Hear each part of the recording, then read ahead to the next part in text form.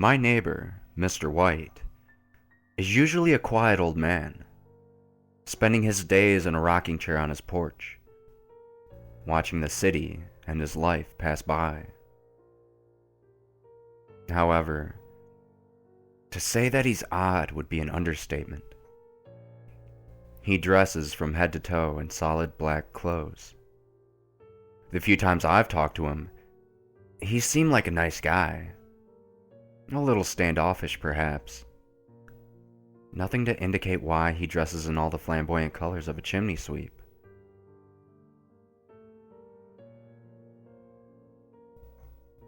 It was the first day in August, when the screaming began.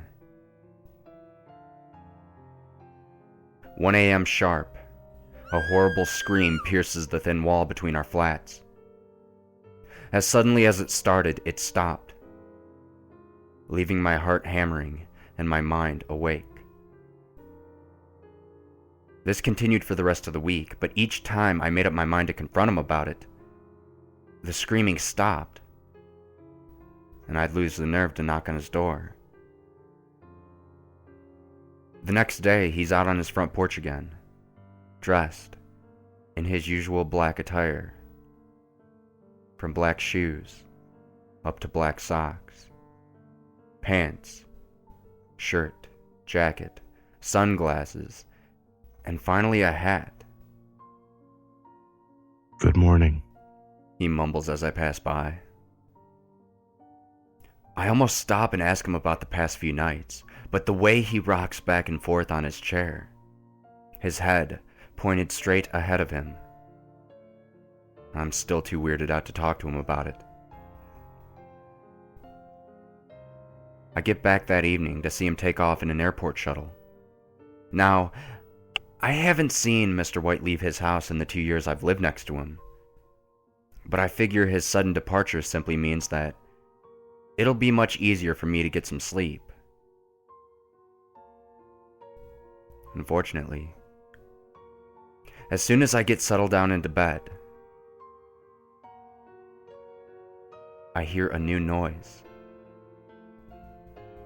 A noise I hadn't noticed earlier. My bed lies against our adjoining wall, so I can hear water running in the pipes whenever he has the faucet on. As I lie there, I can hear water rushing. 2 hours and no sleep later, I realize that the noise from the pipes is even more disruptive than the screaming. I figure I'll do us both a service and shut off the running faucet. So I dress, grab a few supplies, and head over to his door. I've lost my keys enough times to figure out how to jimmy a lock, so I shove a couple paper clips into the doorknob and wiggle them around a bit.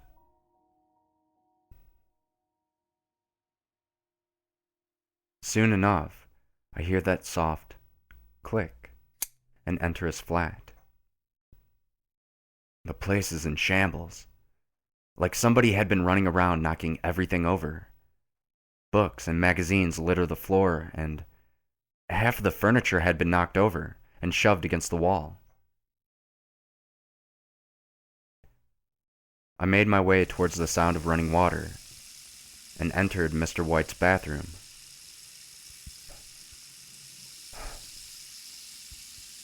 Blood was everywhere. The walls covered in blood. The bathtub had blood running down into it, and the edges of the sink had bits of bloody hair and flesh around the edges. I turn off the faucet and turn myself to get the fuck out of there. And that's when the lights go out.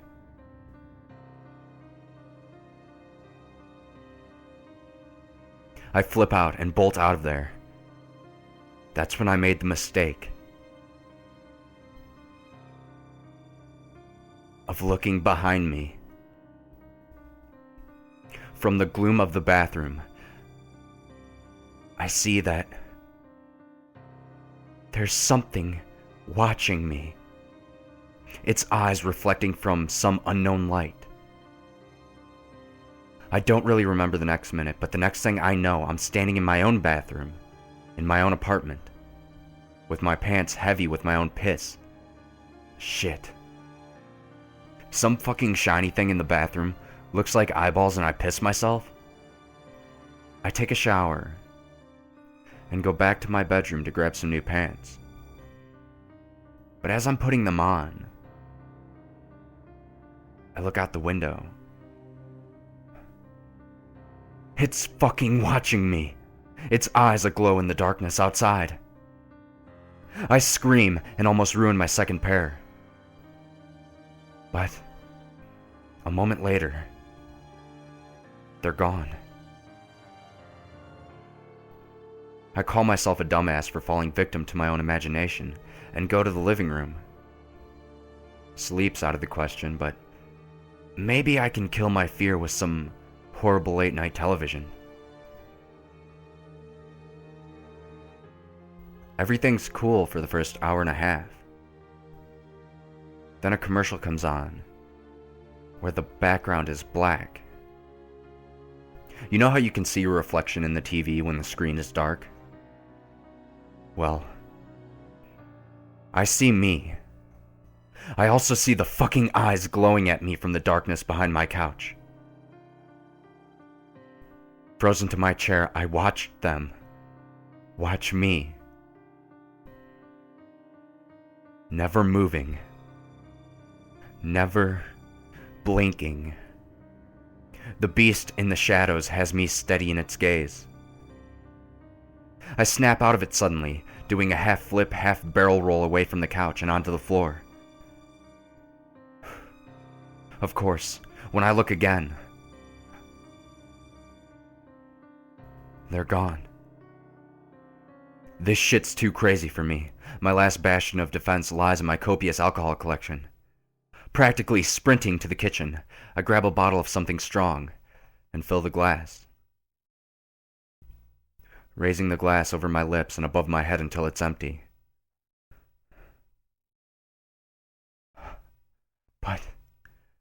But there's something else in the bottom of the glass. I see those fucking eyes again. I slam the glass down and catch a glimmer of light as the beast takes off down my dark hallway. Shit. 5 minutes later, all the lights in the house are on, and I'm decked out in a flashlight and a kitchen knife. Well, I should say all the lights are on, but one. The hallway light died as I flipped it on, giving a soft puff as it died. At the end of the dark hallway lie two doors. A closet and the door out of my apartment. It's time to get there or die trying. I creep down the increasingly dark corridor, my flashlight and knife a foot in front of me. The goddamn closet door is opened. I think I see the beast's eyes again as I near the closet. But it's just the latch on the door. I reach the closet door. Breathless, I pull the knife back and get ready to strike. Ha! Is my battle cry as I turn the corner.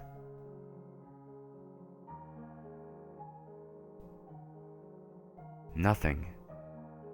No beast. No beastly eyes. I close the closet and continue to the front door, resolute in my escape. That's when I notice another thing wrong. The outside light usually seeps in through the cracks under my door. Fuck. So close and more shit happens. Playing it safe, I edge up to the door and peer out the eyepiece. Two glowing eyes look back at me. I scream for the third time that night and go running back up the hallway to the light of the living room, leaving the knife and my only flashlight lying next to the front door.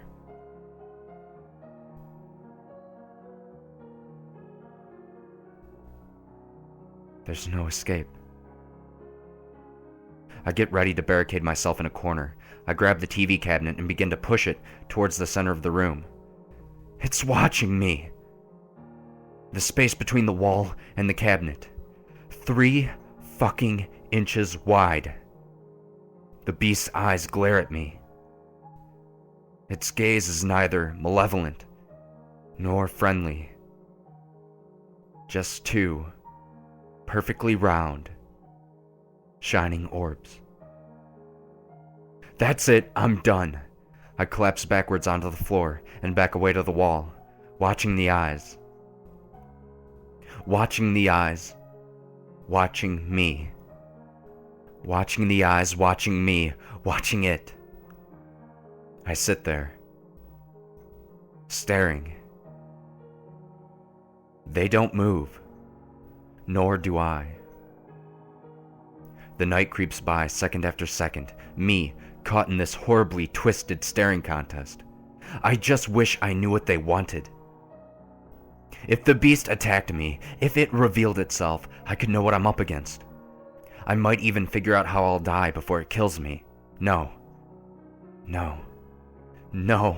It stays in the crack between my wall and my TV, and watches with infinite patience.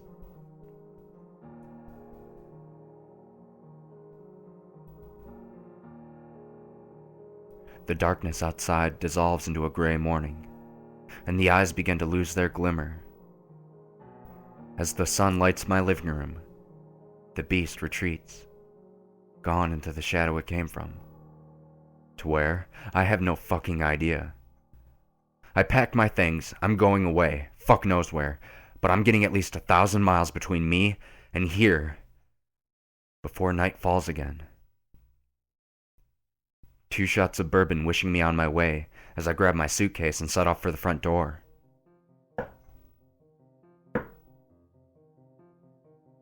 Someone gets there first. I jump, dropping my stuff and getting ready to bolt back to the nearest corner.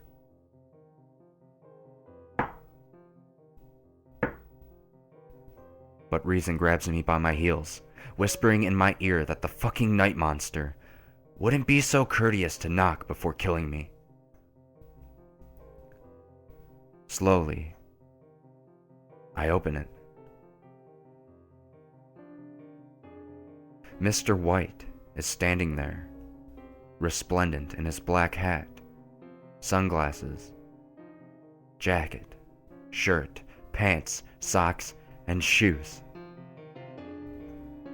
Good morning, Stephen. Hi. Say, Stephen, did anyone go into my apartment while I was gone? There are footprints leading from my bathroom to my door. Notice he neglects to mention what the footprints are formed of. No, Mr. White. I've been in my apartment all night and I didn't hear anything. If you think I'm about to admit to a man who has blood all over his bathroom and a monster living in his house that I broke in, then you are very mistaken. That is good, Stephen.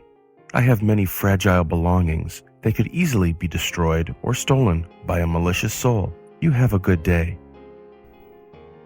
You too, man. He turns to leave, and then turns back to me, smiling. Oh, and Stephen, I could not help but notice bloody footprints leading from my door to yours. His smile grew even wider. He leaned in, bringing our faces right next to each other. He removed his sunglasses, revealing 2 empty pits in his face. I will be keeping my eyes on you.